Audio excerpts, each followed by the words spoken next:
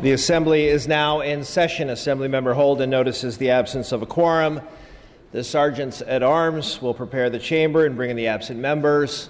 The clerk will call the roll. Ashajian, Alejo, Allen, Baker, Bigelow, Bloom, Bonilla, Bonta, Bro, Brown, Burke, Calderon, Campos, Chang, Chow, Chavez, David Chu, Canson Chu, Cooley, Cooper, DeBobne, Daly, Daly, Dodd, Eggman, Frazier, Gaines, Gallagher, Christina Garcia, Eduardo Garcia, Gatto, Gibson, Gomez, Gonzalez, Gordon, Gray, Grove, Hadley, Harper, Hernandez, Holden, Irwin, Jones, Jones Sawyer, Kim, Lackey, Levine, Linder, Lopez, Lowe, Mainshine, Mathis, Mays, McCarty, Medina, Melendez, Mullen, Nazarian, Obernolte, O'Donnell, Olson, Patterson, Perea, Quirk, Rendon, Ridley Thomas, Rodriguez, Salas, Santiago, Steinorth, Stone, Thurman, Ting, Wagner, Waldron, Weber, Wilk, Williams, Wood. Madam Speaker.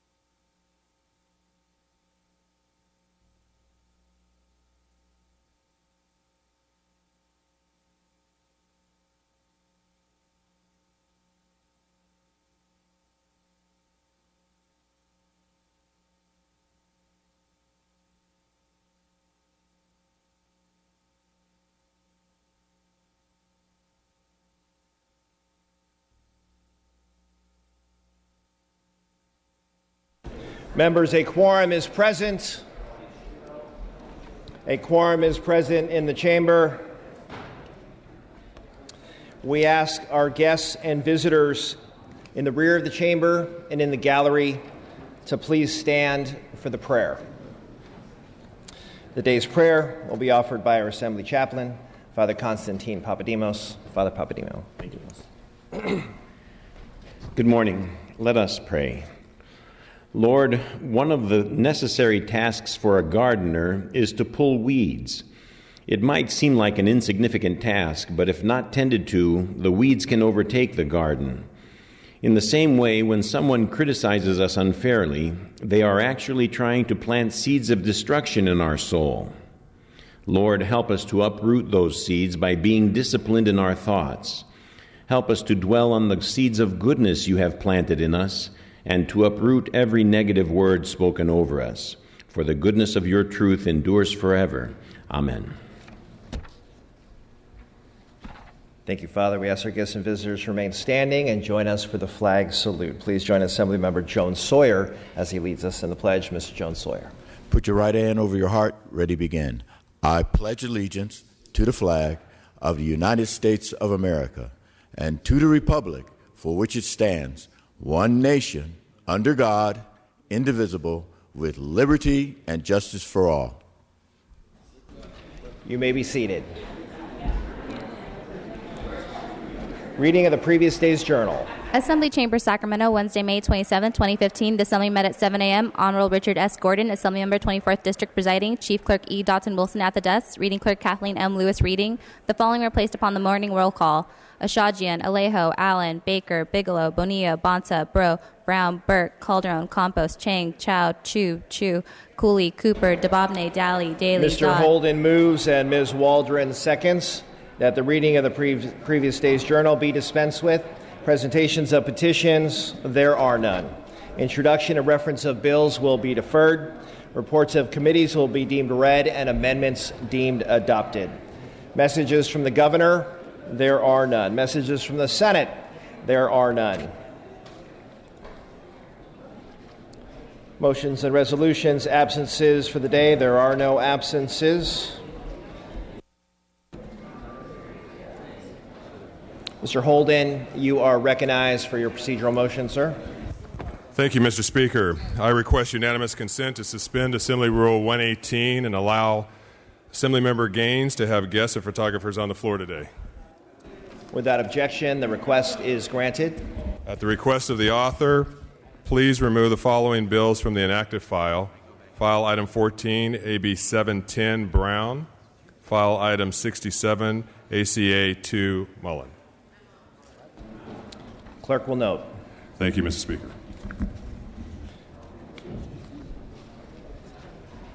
Members, I have a quick announcement for you. Today is the last day to notice intent to remove a bill from the inactive file to be returned to third reading by June 5th. Today is the last day to notice intent to remove a bill from the inactive file to be returned to third reading by June 5th, and it's also the last day to amend bills on the Assembly floor prior to June 5th. Amended bills are subject to the one-day waiting period.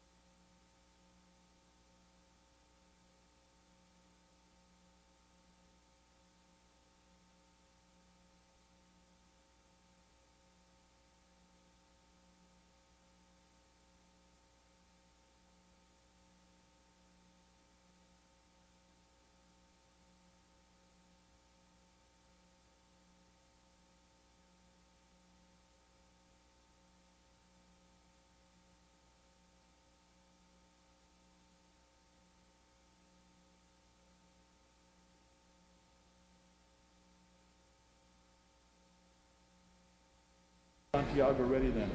Members, moving to guest introductions.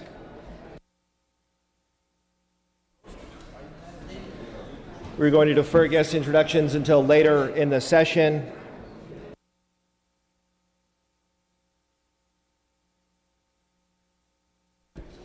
Moving to business on the daily file. The second reading. Clerk will read.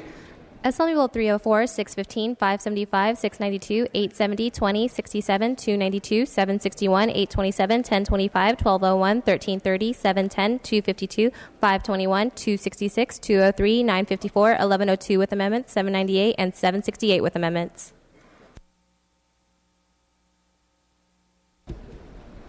All bills will be deemed read and amendments deemed adopted.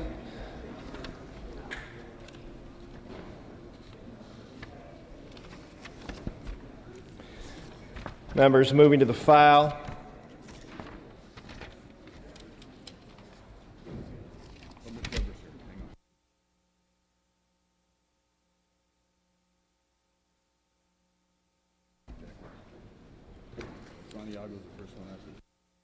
Okay, members, moving to the file. We are going to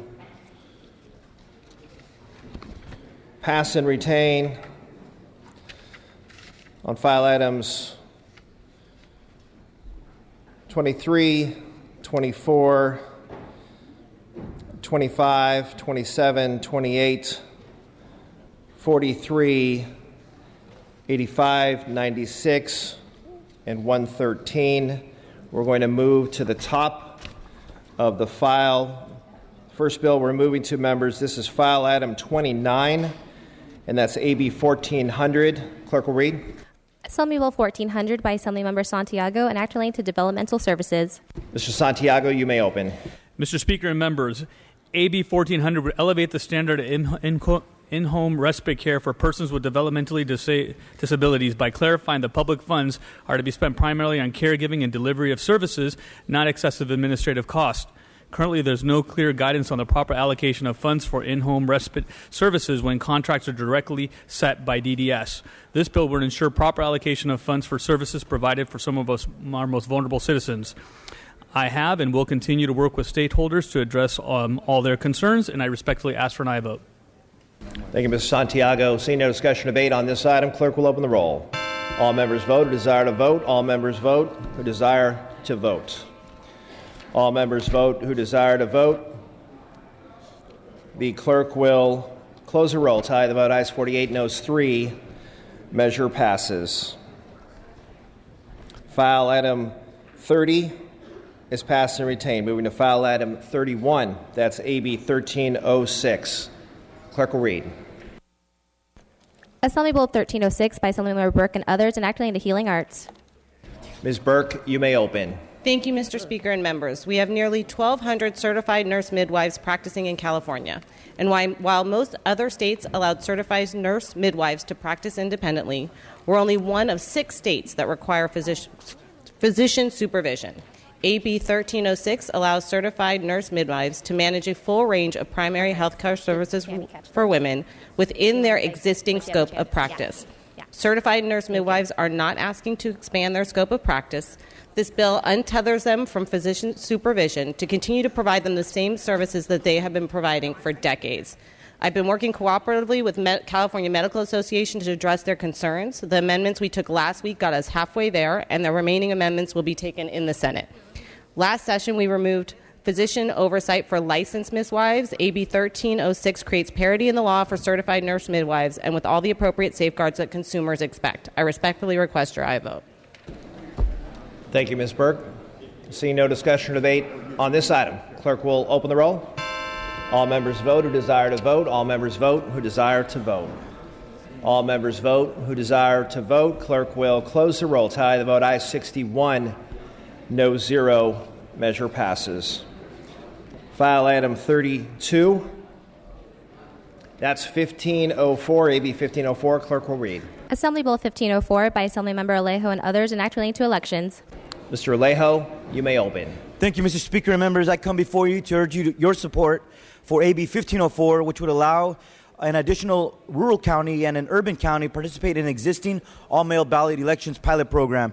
The two counties being considered under this bill are Monterey County in my district and Sacramento County, both willing participants in the program. The purpose of the bill is to gather additional data that can be reported back to the legislature regarding the impact of all-mail ballot elections. The current pilot program has a sunset date of January 1st, 2018, and that date will not be extended in this bill.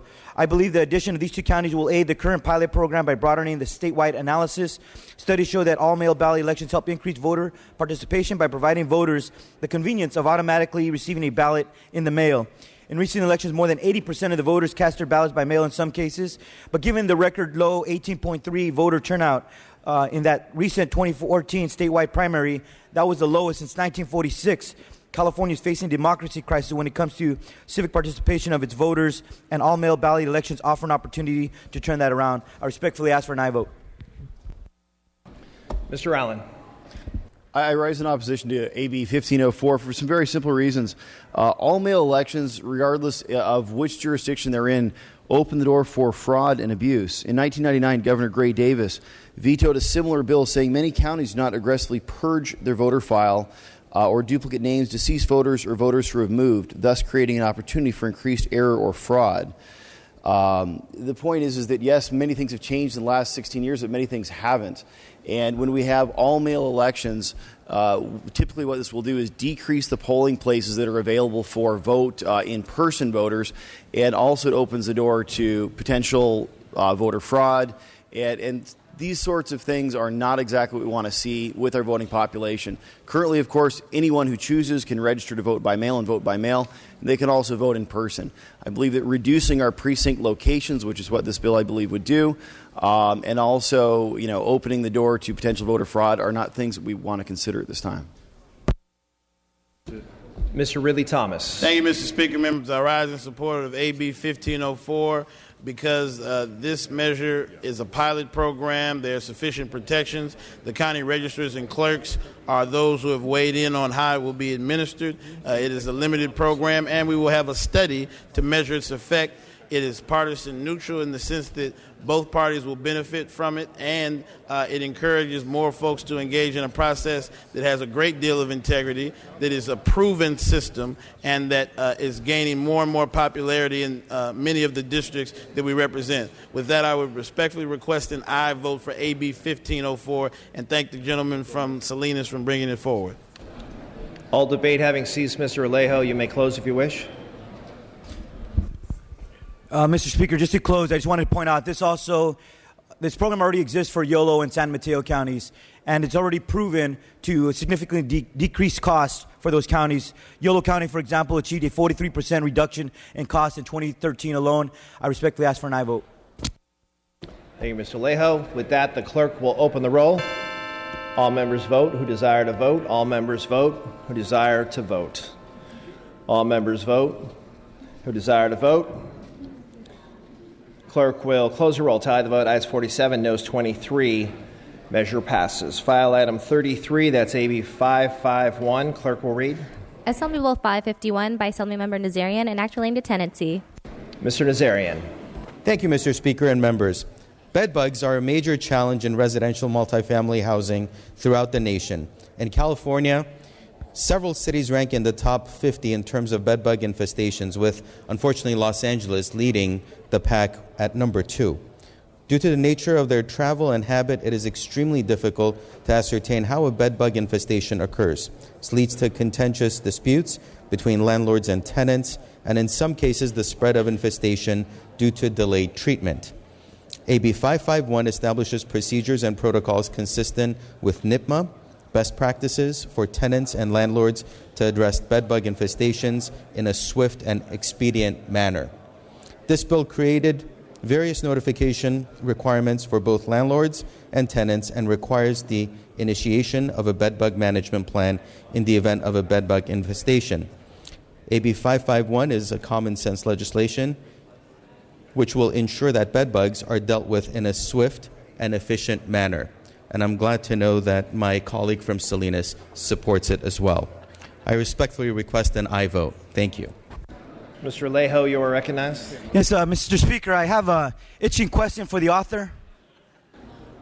Without objection. Does this bill have enough bite to solve this problem, or is it going to return as a continuing parasite of a problem for our constituents?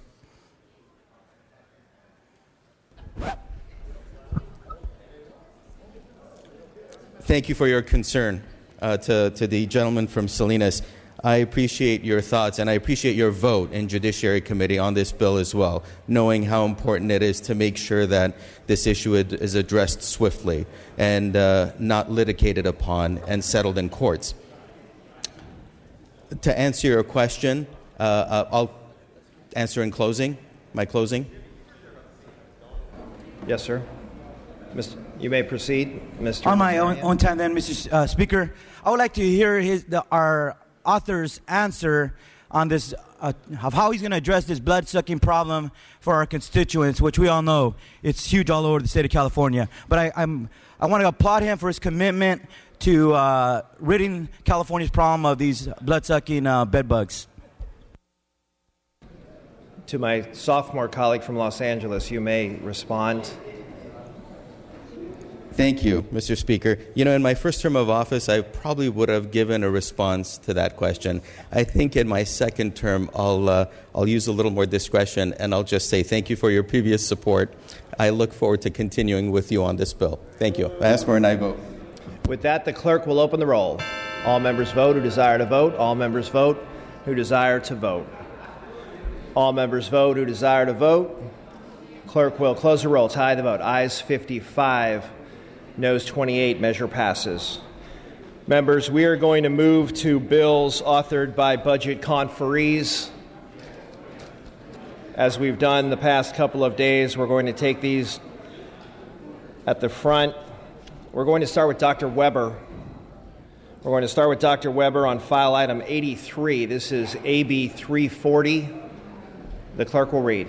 Assembly Bill 340 by Assemblymember Weber and others, enacting to post-secondary education. Dr. Weber, you may open. Thank you, Mr. Speaker and members, for the courtesy of allowing us to go before we have to go to budget hearing. This morning, I'm here to present AB 340, a bill dealing with campus climate. Some of you may remember a little over a year ago, the former Speaker John Pettis created the Assembly Select Committee on Campus Climate. The Select Committee was a result of a number of incidents that occurred in 2013 involving African-American students at San Jose State and who experienced racial bullying in an on-campus residential hall.